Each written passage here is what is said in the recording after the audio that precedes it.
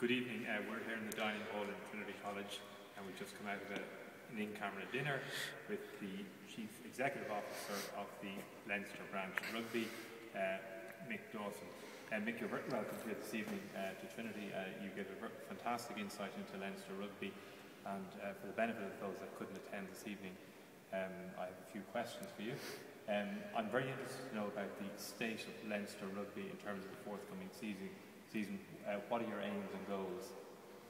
Well, I think I suppose our ambitions normally are to get out of our group in the Heineken Cup and to get into the top four in the Rabo Direct Pro 12.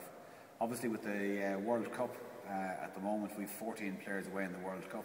It just puts added pressure on the current playing staff, and particularly the young fellas in the academy, who really, well, they get an opportunity, but it can be tough at this early stage of the season without so many experienced players. And in terms of your signings this year, do you have any new signings that you've, I guess, signed up for the season? Yeah, we signed a guy called Matt Berquist from New Zealand, who was Dan Carter's understudy at Canterbury, and he played for about 15 minutes and shattered his kneecap and he'll be out for 4 months, so that's a disappointment for us all.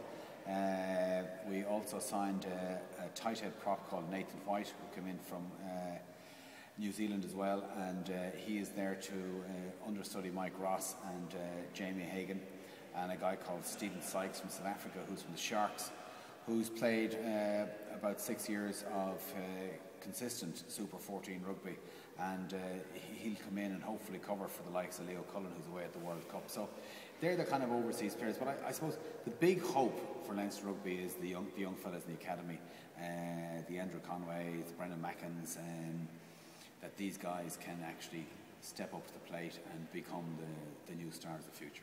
Yeah. You said in your speech this evening that your key assets are your players and your coach, but in particular you made a lot of reference to the coach and the effect and impact that he can have on a team of this calibre. I mean, you've got great players, but you need a coach to convert the players into results. Yeah, well, I don't think it's a team of.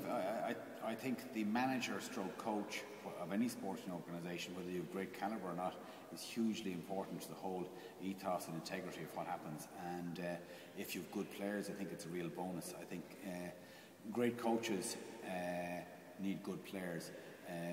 Good players sometimes can do it to a certain extent on their own, but I think the ethos of any sporting organisation is the coach stroke manager of the team.